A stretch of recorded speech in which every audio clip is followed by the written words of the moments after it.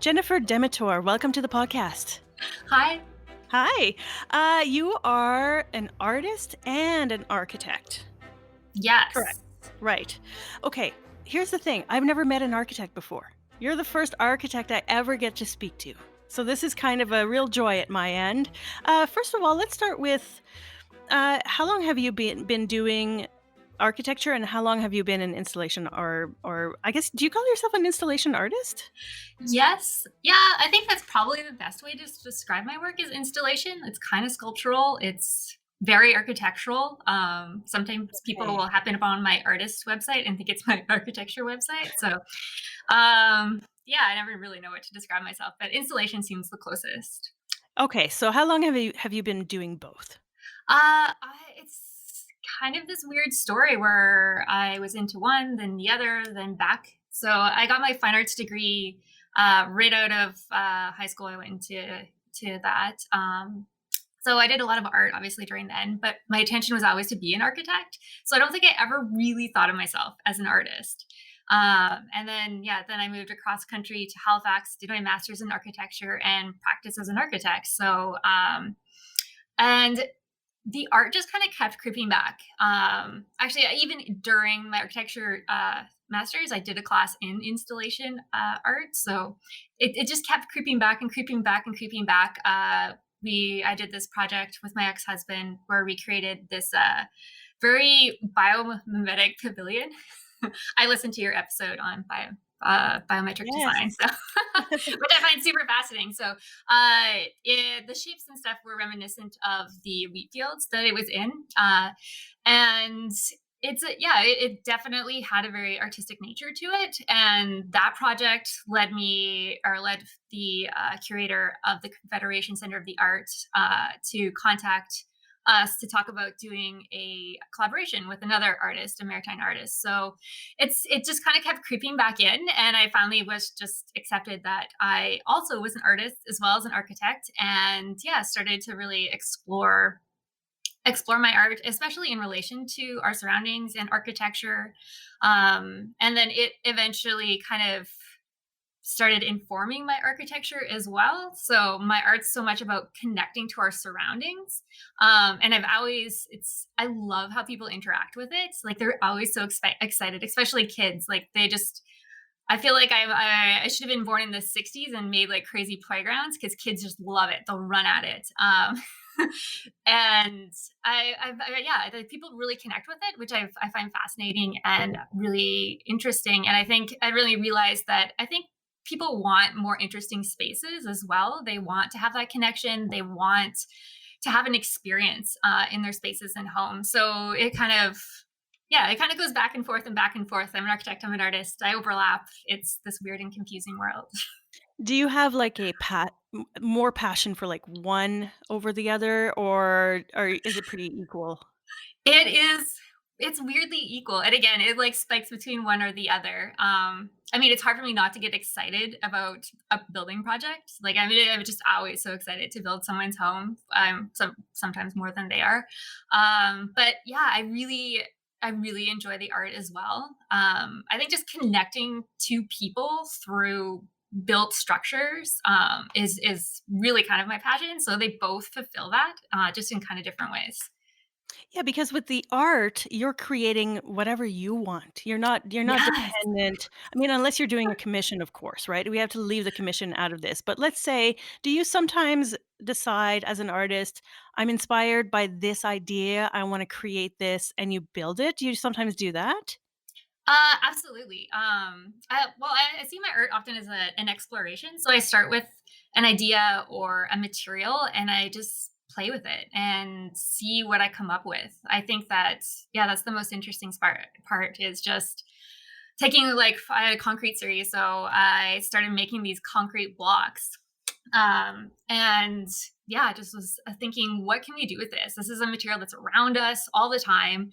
And how can we start playing with this as a artistic material? So making them different weights, creating different patterns. How do we make it so that the concrete blocks surround us, but in a very light way? And so like trying to like play with this our relationship to the materials and how it creates space in sort of a different way than we're used to. So Yeah, my art is very much an exploration for me. So, do you have, like, a secret underground lab that you work in at home, or, like, how does this work? Where do you do all these experiments? My garage does I don't think it's ever had the car in it ever. And also my basement. If it's too cold, there's definitely been concrete work going on in my basement for sure. Okay, I had to ask because I know as an artist myself, especially, like, when I lived in Montreal, my entire living room was just a mess of creation. Yes, Oh, man. Yeah, it can get really messy. I think people don't understand when artists explore, they go all out, and there's a lot absolutely. of yeah, there's a lot to clean after yourself afterwards, I'm sure. Yeah, there definitely is. No, it's true. Finding space to create like larger pieces and even to explore, it can definitely be tough. We we had a friend of ours just like lend me their garage because we were just like living in this tiny apartment downtown in Kingston, and like although I did actually mix some concrete in that apartment, that is a true story. but but yes, it's better when it's a larger area. You can actually spread out. Let's touch on concrete for a second here, Mhm. because I interviewed a moss specialist in Australia, and what she was Cool. doing is she was studying, I think it was the adherence of moss on concrete. So she created a huge study, based on different sizes of concrete, different recipes of concrete. Sweet. It really makes me think of what you just talked about. So, what do we know? And I have to say, this is also a very selfish question at my end because I discovered a whole bunch of tardigrades, little water bears that live in the Yeah. concrete in my on my balcony.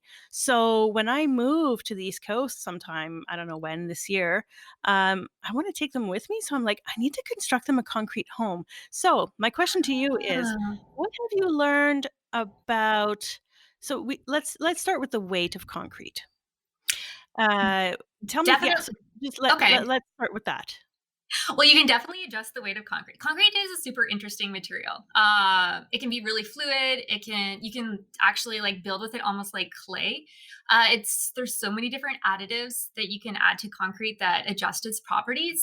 So one thing that you can do for weight is you can actually add like insulation, like grate up some insulation and add that to your mixture. Uh, and it, yeah, you there. It's quite a lot. I've been experimenting with how much I can add without sacrificing the structural integrity of the material. I mean, I'm not building houses with this. This is for my art, but this is done in building practices as well, under engineers that actually will have a specific amount. So if you're looking to build something concrete and lightweight, yeah, just grate up some insulation. I would go with the white insulation. Um, there's also different fibers that you can add to it. The concrete that I like to work on is a glass fiber reinforced concrete, and they have these small, like inch long glass fibers, and they decrease the weight a lot and they also make it a lot more structural. So you can have very thin pieces of concrete that are lighter and actually can take a lot of weight and even a bit of bend because of the fibers. So Can that you, helps. once you let's say you make something out of concrete, can you then I mean, I know nothing, Yeah. so I'm asking really stupid questions here, but can you sand it after? Can you actually shape concrete? I have so many questions. Yeah, no worries. Yes, it depends on what like your normal handheld sender. You can probably take off like some bits that were poking out. You can get into like an actual grinder, and then you can really shape it. A lot of so the I went in so part of my yeah so part I got a grant a while ago to study concrete, and I went down to North Carolina to Raleigh and did a workshop under a concrete countertop instructor, and they do a lot of shaping with grinders, which you can get some really great and interesting profiles. You can definitely bore into it in interesting ways. Buddy Rhodes is an interesting sort of craftsman. Uh, Person that works a lot with concrete and a lot in like a very sculptural way as well. It's often easier to build up layers in concrete than it is to grind back, but there is that versatility in it. So you got a grant to study concrete. Was that, as an artist? Is that what you mean? Yes, totally. That's so Um, cool. Yeah, I mean, there's such interesting grants out there for artists, and so my work a lot initially had dealt with wood. It was just something I'd worked in a lot. I thought playing with two by fours is super interesting. What cool things can we make for two by fours? But the one thing about wood outside is, of course, it deteriorates a lot faster than, say, concrete. So my grant was to look at how to create more permanent structures outside and learn new materials, which, yeah, That's it's so interesting, fun. cool. That's really I'm so happy that grants like that exist Oh my because, god, yeah. especially as artists, there's not a lot of support. I mean, there are grants, like you said, but there's not a lot of support in terms of monetization. I mean, tell me about that for a second here. As an installation artist, let's say, outside of your architecture work, is it hard to find people to buy stuff? I mean, how does that work? Yeah, I mean, I definitely don't sell my art, um, like, commercially. It's definitely I get commissioned to do different public art projects. People will come to me with a space that they want something in. Often it's a city. I think cities are definitely I have a project right now with the city of Kingston to do an installation in an empty storefront, which I think it'll be a cool project. But it's festivals, public art projects, and commissions from cities. You don't really sell work as an installation artist. Um, Okay. Out of curiosity, because I did, of course, take a look at your website, your personal website, your artist website, and your architecture one. But the thing I fell in love with the most are the pods. awesome. Those like you mentioned, you used to work with wood, and I'm like, can somebody just buy one of those pods for their backyard? um, yeah, I mean, it's I. The amount of work that goes into one of those pods definitely makes it somewhat cost prohibitive to Oh, it would someone probably be to a buy rich it. person. It would Yeah, probably be a rich person, but if somebody could afford to hire you, would you do a absolutely. pod for their, mansion and their their Absolutely. backyard essentially? Absolutely. Actually, I looked into it because I was thinking about using the one with the grass benches in another context. Actually, the one on my website, it was for a festival. It was only up for a day, and now it belongs to another festival in Moncton. But so it's not up for very long. So I wanted to create a version that could be outside and as like a public work longer term. And I think it was actually only like $7,000 or $8,000 to get it actually constructed out of laminated lumber, which I mean, not everyone can afford, but yes, you could you can get the Yeah, design. I mean, you'd be surprised what people pay for these days, right? So that's the other Yeah. thing. I mean, people are probably buying like $20,000 sandboxes for their kids. So, you know. I would build a cool $20,000 sandbox. That would be Yes. fun. Yes, I'm all for that if anybody wants to hire Jennifer to build a very fancy sandbox. Um, can we talk about wood now? Because I am very curious about those pods. First of all, how do you come up with the design, especially for something that's made out of wood? Um, for pods, it was a lot about experimenting with bending wood, and I thought that was interesting. I had done some bending of wood in my during my architecture degree, during my master's. The nice thing about Dalhousie, the school that I went to, is they really encourage building projects. So there's a month in the summer where we go and make things and build things. And one of my teachers, he does bent wood trusses, and and then so we I taken some of those techniques to build the pavilion, the one that's reminiscent of the wheat fields, the grains. And so yeah, I just wanted to start exploring that further. So the shape itself, and what I got from that, or how I got the shapes, was exploring the different ways to bend wood, exploring steaming, exploring how the material would bend without steaming, and really just breaking a lot of wood in the process. Yeah, I mean, it's such an exploration for me. Like I have this idea, this end goal, like the end goal for pods was to connect to nature, to connect to our surroundings. And then the rest, often how it shapes and forms, is so much because of the exploration with the material. Yeah, my father actually makes traditional bows for archery. So Cool. I know what goes into the process of making one bent piece of wood. I can't imagine making many. What kind of wood did you work with for those projects? Often, a lot of times for my art projects, I like to use off the shelf Home Depot. I like people to be able No to go way. there and be like, I could do that because I want them to do that. I want them to look at it and be like, yes, yes, you could go to Home Depot and you could build this. Have you done any, out of curiosity, have you done any YouTube videos on, like, DIY projects and stuff? No, I haven't. Okay. 'Cause it would be cool. That would be cool, actually. That would be fun. Yeah. How to build this Um, weird structure in your backyard. oh, 100%, or, like, be a kind of, like, "Look at what you can do with Home Depot," you know? Yeah. It's just one of those things. Now, so you built these pods, but how did you come up with the like? Because I know, yes, okay, you studied how to bend wood, but how do you come up with an actual design, whether it's for pods or anything else? But what actually how does that start? For me, it's like this background thing that's going on. You're thinking about your parameters, what you want to achieve with this. You're thinking of the materials you want to use, and then it sort of like percolates in the back of my mind for like months. I'll be like, and then all of a sudden you'll be like, I don't know, having a shower or like reading a book outside or something. And you'll be like, oh my gosh, I know how this will all come together. It's gonna be fun. Yeah. So then I And don't know. then did you sketch it out after or Uh, Sometimes I'm actually horrible at sketching. I'm like, like you think architect and you think someone who's really great at sketching. That's yeah. definitely not me. No, no. I actually often 3D model it. I find it like helps me figure out how I could possibly build something. And that way, at least I have a starting point. I use SketchUp a lot, which is like it's something I used as an architect. But yeah, it helps me figure out sort of then how I think this will go together, and then my actual exploration. I mean, it always changes. The material is never going to behave exactly how you want it. Like things are going to snap, and yeah, stuff is never exactly how you want it. So it's so much part of the process, though. As much as you like want to shoot yourself partway through.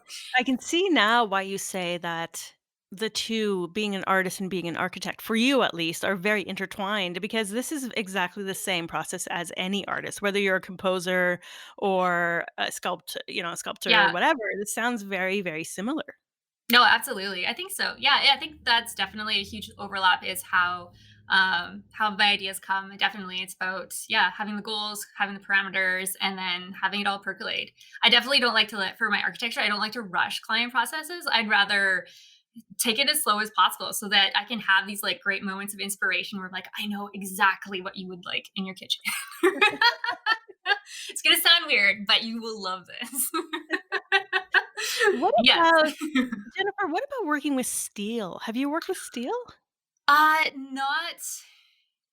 Not extensively. I worked a bit with steel when I did my Bachelor of Fine Arts, with welding, not very like, it was more like, "Here, this is how you use the welder, and this is a spot welder, and this is that, and try not to burn yourself, and go at it for 3 months." I definitely think I will eventually get to steel. In my architecture, it's just your typical I-beams and columns and stuff, but I think there's steel is super interesting material. I love the idea of welding. I would like to just, I think, actually take some welding courses before I get back into it. I think I still have scars from that. Because just to be clear, whether it's for your art or your architecture, you're designing, but you're also doing all the work, correct? uh, for my art, I build everything myself. But for my architecture, yeah, you have that sort of disconnect. So I do the design and I do drawings, and then someone else builds it. So it's definitely it's a different process. It's good though because that person will have way better skills than me at constructing something. So you um, could potentially work in steel for the architecture part. for the architecture part, you have to have certain welding certificates. So if I did get that, I would definitely be able to. But it would.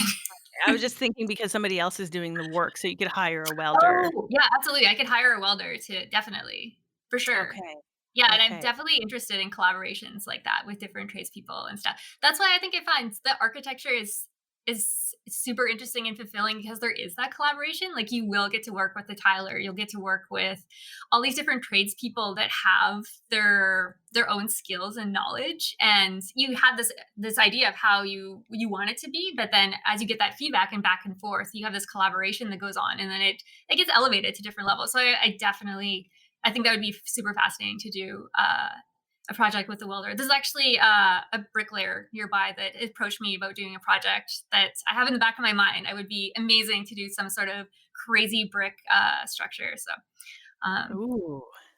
yeah, That sounds really I went to Portugal in Mhm. 2015 for about 2 months, and I noticed the bricks there are I don't know if you've ever been to Portugal, but the bricks have holes that are different than ours. You know how ours kind of go, like, vertical? Theirs are Yep. horizontal for I guess for air circulation or whatever, but I found that really so even in bricks, much like concrete, there must be a million options. Absolutely. That's super interesting too. Like materials change so much from region to region and how you use them. I mean, our climate in Canada is totally different than say Australia. Yeah, and definitely I did one of my work terms in Australia, and I always found it interesting is that they frame their houses with like 2x3s. Whereas here we're like 2x6s and like all this insulation, and it's not like structurally necessary. So there's so many differences in how things are constructed, which is I think super fascinating. I think it gives each region sort of gets these different flavors of architecture that I think is super important to the identity of the place. But yeah, definitely how something's constructed and the materials that it changes so much. Huh. So, as an architect, the first thing that we think about for non-architects is somebody who plans, designs houses. Usually, it's like a person who designs a house. You are not a house architect. You're a structural architect, right? No, no, no, no, no. I'm Okay, like I no, know no, nothing. no. Sorry. I yeah, no, actually I like to leave structure. Anything that's going to lead people's lives in balance, definitely go with structural engineer. That is an important person. Okay. But yes, no, my background actually is all over for architecture. I did my internship after I did my master's in Prince Edward Island, and because I think there's 17 of us, including interns, architects on the island. You basically like do the gamut from schools, care homes, Starbucks, Shoppers Drug Marts, offices, like everything, airports, and tons of houses. Houses are my favorite part of architecture. You don't need an architect for a house anywhere across Canada unless it's over a certain size. But I think it's the most personal part of being an architect. Like it's so much more fulfilling for me to build something. Uh, yeah, that an individual person connects to. Doing a apartment building or doing a Starbucks can be, I don't know, kind of soul sucking sometimes. See, this is why I ask is because I had the idea that an architect designed the house, but also kind of designed, that made sure that the walls could support the roof, blah, blah, blah. So I guess that is an engineer that does that. I don't know. Yes. Okay. So how it works? Yeah. So the Wikipedia definition for architect is someone who plans, designs, and oversees construction.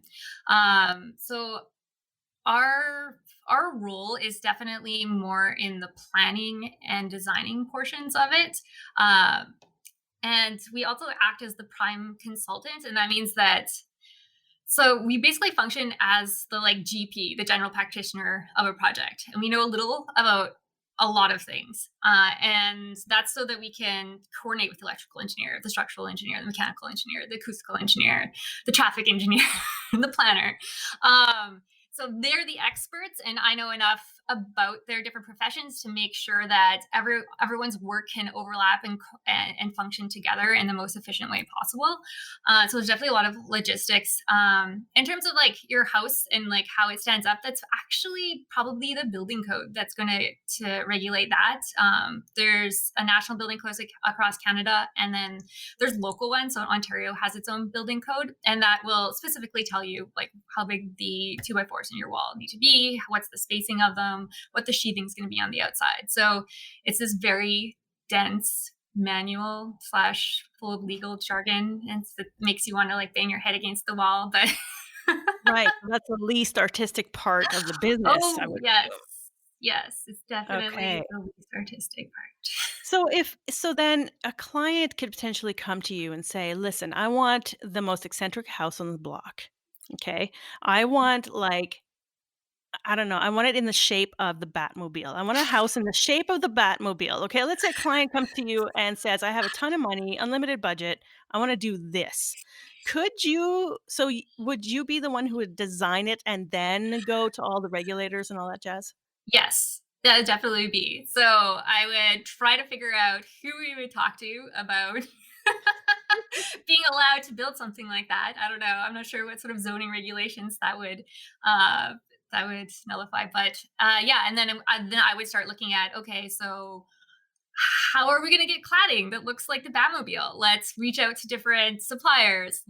Reach out to a structural engineer and see the best way to create structure that can support something like that. So that And then and I and might the actually reason like talk to them and sit down and be like, okay, so why do you want the Batmobile? Maybe there's a better solution. well, it's funny because honestly, if I had my way and unlimited budget, I would get a house that would be the most eccentric house on the block. So naturally, somebody might approach you with that idea, right?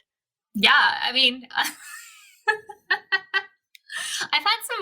I've had gargoyles proposed on a project Ooh. before.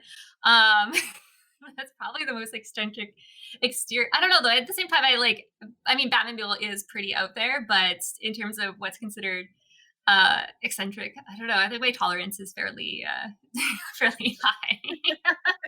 Well, and so like things like one of the things I've always wondered is why we always have square rooms. Like I've always wondered why don't we have more rounded corners? Is there a reason you think? It's efficiency. Ah, I say efficiency and laziness.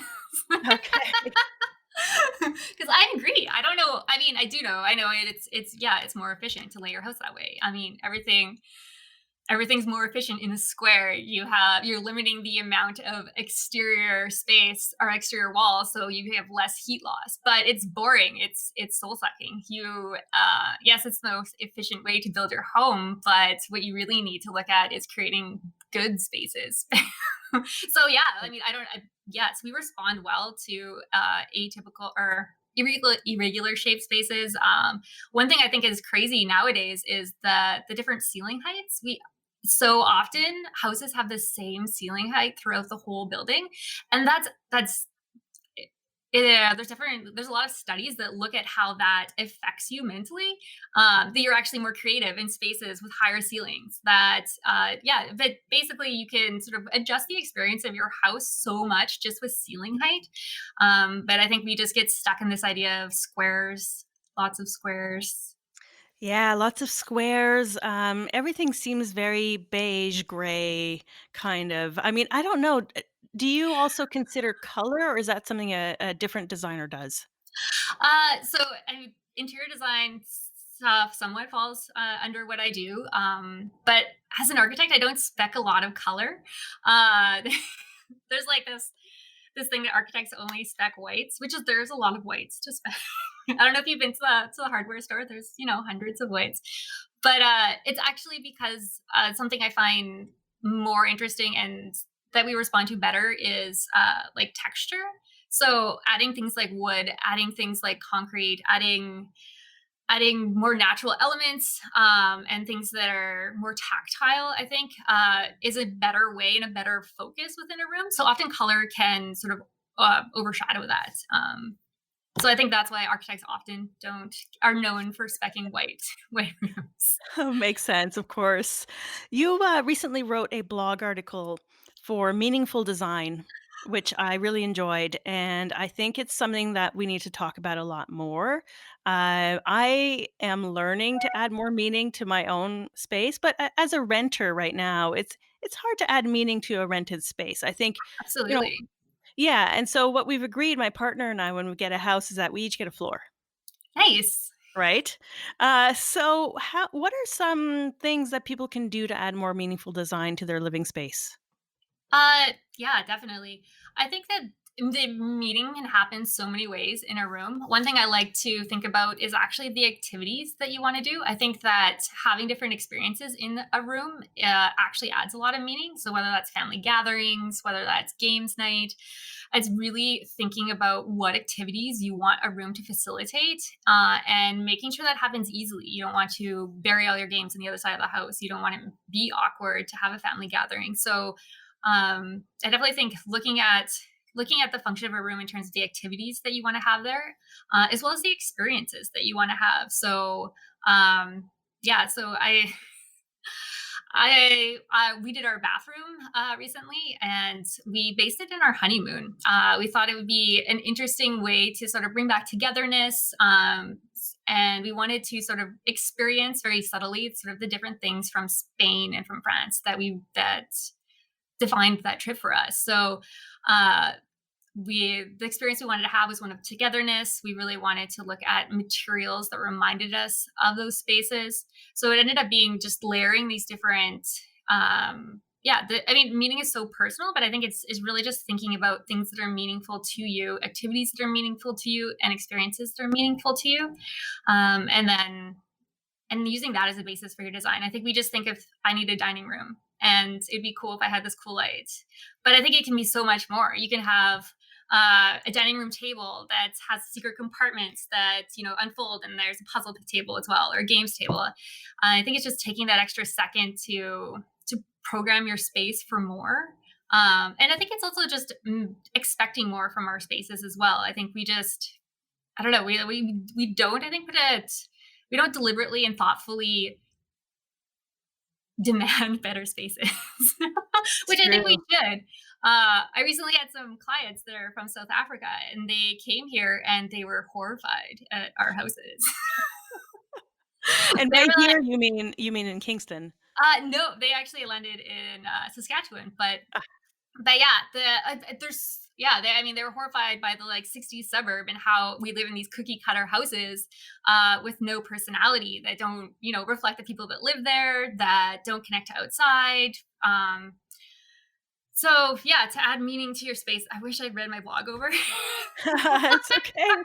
No, but I mean, I wanted to kind of talk about that because we were talking about eccentric houses, right? I mean, I'm the type of person that would prefer to have a house that matches my personality, much Yeah. like on the East Coast, you see all these beautiful, colorful old houses with like designed wood on the porch, you know?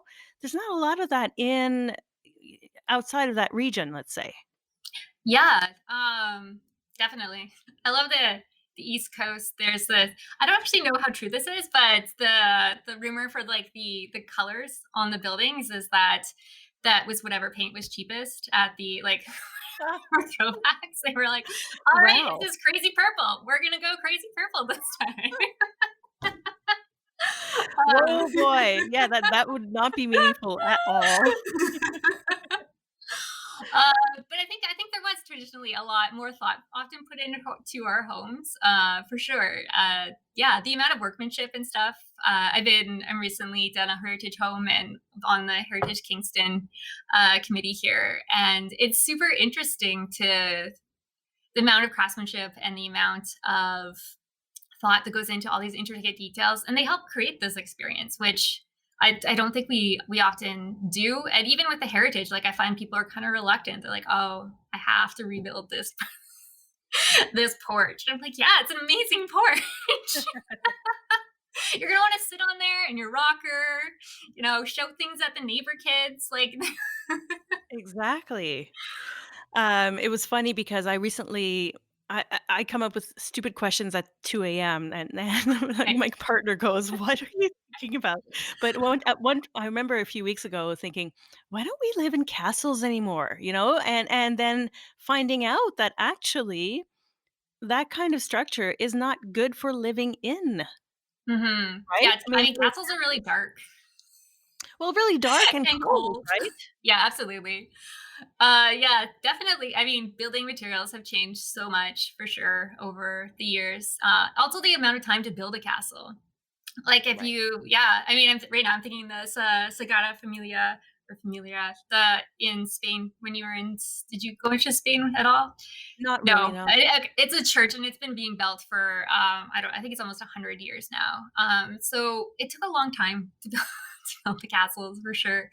Yeah, I mean, I've seen people try to build castles now out of concrete and stuff, and it definitely doesn't have the same this I feel what a castle was so much a product of its time. You know, it's defensive. It's yeah, I mean, it's defensive. It's this like this epitome of power of permanence and stuff. So now our houses, I mean, our houses have changed to reflect that. Really, Right. Can we switch over to biodesign or like nature design? Because I'm thinking castles, and naturally, I'm thinking mhm. climbing vines, which leads me to my next thought, which is, well, first of all, let's talk about things like how, first of all, how plants influence design. So, like climbing vines or whatever, I don't know, moss. Can Well, you I will build preface walls this out of as moss? yeah, I will preface this as the person that kills unkillable plants. In the background here, there's like a money tree. You know, there are like three that like intertwine. Two are dead. They died years ago. There's only one alive. But I think actually plants are an important part, an interesting part, and should be part of design for sure. Even that, like, we need more nature inside our house. I think we don't pay enough to the indoor outdoor transitions. In terms of structure, I don't think they necessarily. And I mean, just because all of our houses at this point now and a lot of our spaces, they're so square box and based on post and beam construction versus something like leaves and stuff like that that have these these convex and concave structures that give it strength and stuff. So I think there's a lot more design that references that and uses that, which is super interesting. I love vines that grow up a building, and I like the idea of incorporating vegetation in a home. There's a lot of, I was just doing a class on designing for winter, and one part of it is about bringing greenery inside your home. So, looking at things like a living wall, uh, and actually gardens. They have like furniture that are gardens now that you just, you have this nice cabinet and like inside it, you're growing all your herbs, your kale, your lettuce, which is super interesting. The one thing that I love old structures with the vines growing up and over it, but it's so much compromising the exterior of the building. It's like so gorgeous and lovely, but you're like every time that vine is shooting a shoot inside and like locking on, they're like puncturing through different things. And yeah, it's I have So mixed that is feelings a about bad it. idea then, eh? There's ways that you can do it that's less invasive. So now often you'll see wires on the exterior of a building. So the vines will climb up the wires instead of the cladding itself. So you don't have that puncturing, but you still get a similar look. Or you'll have like a lattice that's projected out on a couple inches from the facade of the building, just so you don't get that, you don't compromise your building envelope architecture. Okay. So how does nature then influence your work? Do you sometimes look at a tree and get an idea from a tree, or like, maybe you see a documentary on beetles and you learn something new about beetles that you can then apply to your work? My work is not necessarily, my work is often about connecting with nature, not necessarily being in. I mean, it is. I think it's like recognizing the fact that having nature in our lives is important, and we shouldn't live in these hermit houses that barely connect to outside. So my work, I mean, I love the idea of building structures that are, or spaces that come from that are inspired. I think what I found super interesting about the podcast that you had on biomimicry is that it was put with an engineering department, and I think one of the struggles as an architect often can be getting an engineer that will sign off on something like that. You're like, I want to build this, yeah, overlapping leaf canopy house. And then you're like, all right, so now I need an engineer to do all the calculations and sign off that that will not fall down on someone's head. Right. Um, Of course, right? Okay, so you're not necessarily inspired by design, but you do try to make it work with nature. What about environmentalism? Do you sometimes get clients that are like, I want environmental environmentally friendly products only, or environmentally friendly design, like no big windows that might kill birds kind of thing. Yeah, definitely. I think that's definitely becoming more and more of a trend. When I did my Bachelor of Environmental Design Studies, which sounds like it's in environmental, but it's actually just a Bachelor of Architecture, and my Master's of Architecture, they we had a huge focus on alternative uh, energy sources, on alternative materials. I went When I went to Australia for my work term. I built rammed earth houses. So I find that's a very interesting, and you're definitely getting a lot more people that are interested in, like, say, straw bale houses. Um, I think it's, I think people are becoming more and more aware that that is the trend. I don't know. I think it's so ingrained in sort of what I do. I'm often That's my go-to because I was trained that way. I was trained that you should make sure that your house has the best insulation possible. I think that, like, there's definitely a a give and take with that, though. Like, you don't want to, again, live in this super insulated box that's very efficiently heated. You want to have windows. You want to Yeah. still connect outside. I think there's this aspect of, yeah, environmental design or sustainable design that also should be about connecting to outdoors as well. So what can somebody do if, like, for example, when I grew up, my parents had a huge picture window, and I swear to God, like every month there was a bird that would smash into it. What are some things that people can do from an architectural standpoint or whatever to prevent that? Do you know? Not offhand, actually. Yeah, you'd have to look into it. I mean, I'm thinking that you would having two windows where you could see through would affect that. I don't know. That would be something Yeah, that I would ask around for. it's such a big problem. So I guess that's not something that Interesting. would be taken into account. Then when you're doing a design, it's not really part of the architect's purview. Let's say. I mean, if it was an issue for the location, it definitely would be, for sure. If you had a lot of birds in your area, I definitely think that you would look in that. I know adding things like curtains, we do that for, like, added insulation value for, like, a huge window. I think that would help with that. But again, you don't want to have your window closed uh, all the time. But no, if you definitely do, I think, like, each you get different locations that will have these different design considerations. Like, if there was a lot of birds, in Halifax, they had a huge issue with pigeons. Sometimes you'll have a bug issue, which is not really something I'd ever dealt with before coming to Ontario.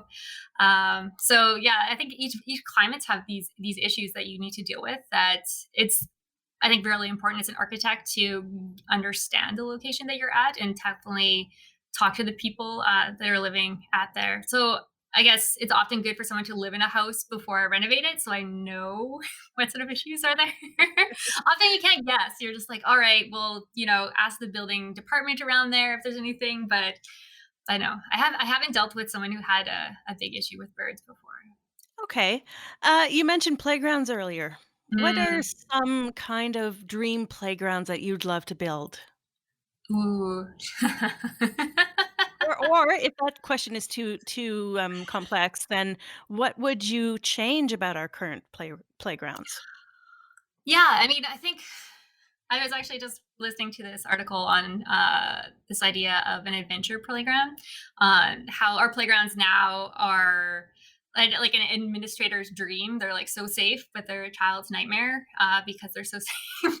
So you have kids that are just, trying to push themselves in these and make them as dangerous as possible when and there's this idea of the adventure playground, which is, I mean, it's a little extreme, but it's like giving kids two by fours and nails and hammers and, like, an empty site and being like, go for it.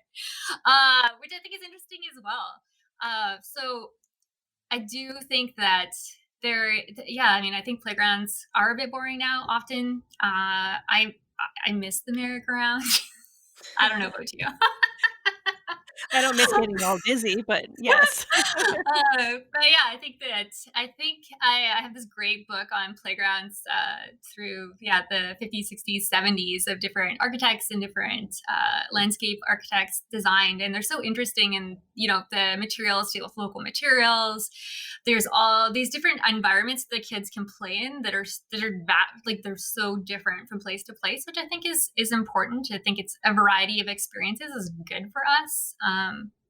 So yes, I do find it's sad that architects don't design playgrounds anymore, and Well, that all hopefully, I kids mean, think my art is playgrounds, pretty much.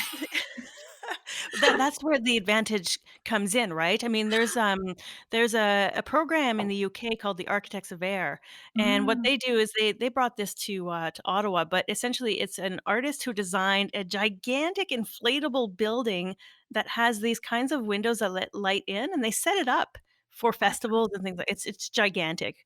But, that's one way of bringing play in an mhm. installation, I suppose.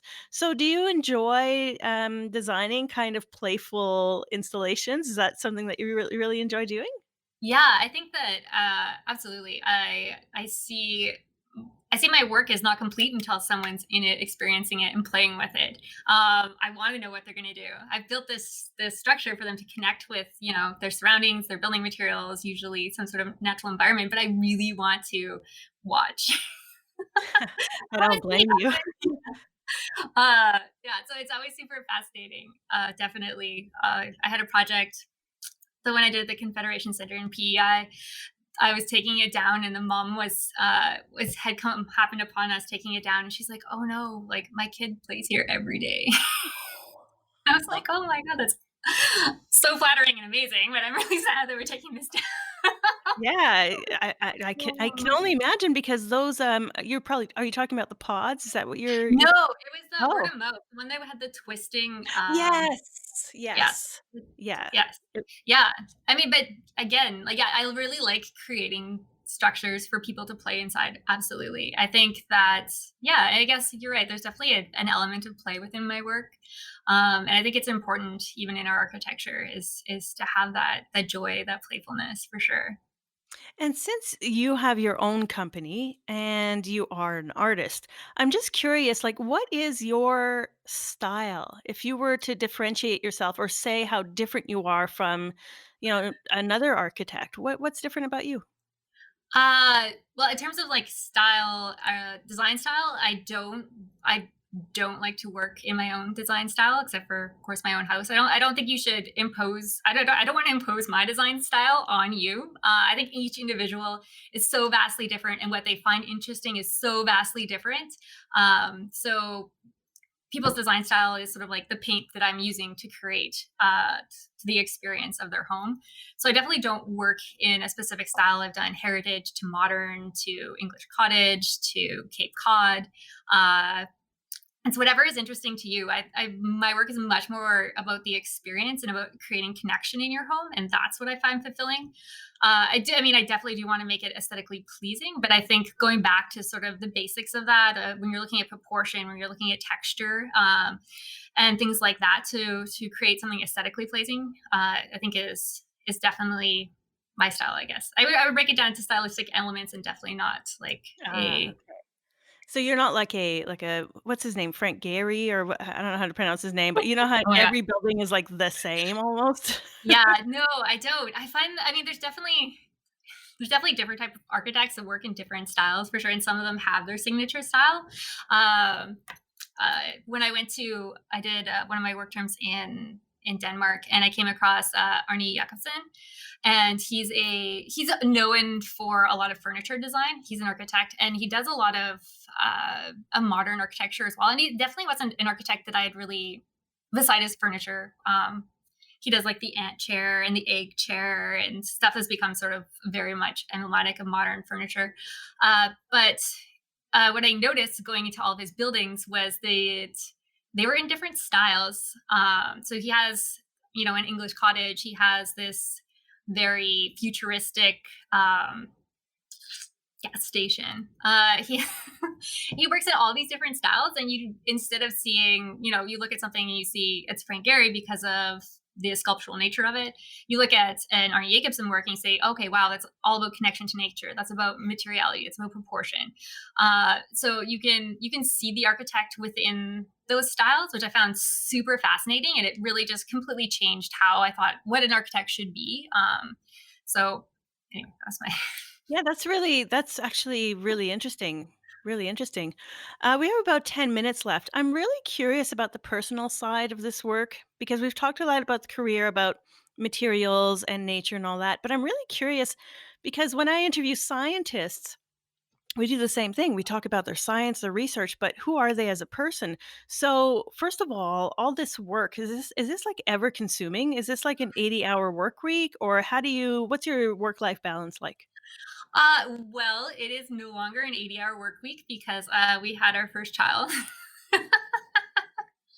And I've come to realize that I can't do 80-hour work weeks anymore. Mhm.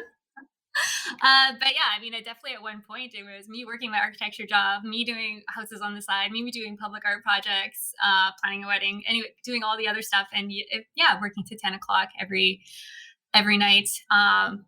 It's definitely changed now that we have a kid, and I'm definitely forced to have more work life balance, which is it's important. I definitely I think rail against it because I'm always wanting to push myself and do more. But Right. I think it's such a both my art and my architecture is so much a part of who I am. If I'm not building something, if I'm not designing, if I'm not making something, it's just I don't know. I get antsy. It's very unfulfilling. I definitely am a creator and a maker, and so it's so much a part of my life. It's sometimes hard, I think, to stop. I definitely pull my partner into all of my work. He's This he's doesn't my surprise me at all. assistant. Uh, but yeah, so Yeah. he's it is a fairly consuming. I'm very lucky that my husband loves architecture and art. But yeah, everything from a vacation is often filled with buildings. I'm not gonna lie, a lot of buildings. I'm sure my partner is equally. I mean, we haven't gone on a massive trip since, I mean, because of Oh, COVID, right? yeah. But, I think that's gonna be one of the things that, we both learn about each other is how we deal with my interests. Uh, but what do you as an artist, like, what because with artists, especially with artists, things that we do outside of our work is what influences our actual work, right? So whether you listen to blues music or you hike a lot or whatever, do you do anything else outside of art that informs your art? Sorry, I'm gonna be like my architecture. That's so sad though. It's kind of true. So It's not sad at all, but I was just curious because I wanted to know if you had any, like, hobbies outside of that. Like, do I mean, obviously, you don't garden because we've determined that. I tried gardening this year. Uh-huh. Something survived. Okay, well, what about So, things like music or books or um, films or whatever? Is there anything else that informs your work? it informs my work. That's interesting. I mean, I think being around creative people makes me want to be more creative. So I think music can definitely be something like that. Going to see different shows, all these things that we can't do now during the pandemic. But definitely, I find that just being around creative people and art and music is so inspiring, and it makes me. Even if I'm not taking like direct inspiration, they're inspiring me to create. So I definitely get inspiration. Yeah, I guess that would be it. I'm definitely interested in other artists and music and What kind of seeing what music? other people are doing. Just being interested in what they're I'm so you know what actually one thing I find super interesting is passionate people. People that are Oh. passionate, whether they're passionate about like Warhammer or like any sort of niche passion, I find fascinating. And then again, inspires me to keep my own passion going. So weird That question. No, I mean, that makes a ton of sense because I'm equally as an artist, and obviously as a podcaster, right? I Mhm. mean, totally, interested and passionate about people's passions. I interrupted you when you were talking because I was really curious to know what kind of music you listen to. I don't I yes, I listen. I'm not, as much as I like totally enjoy music and I like to go see live music, I don't have a library of people that I just automatically I feel like I'm lacking so much in that.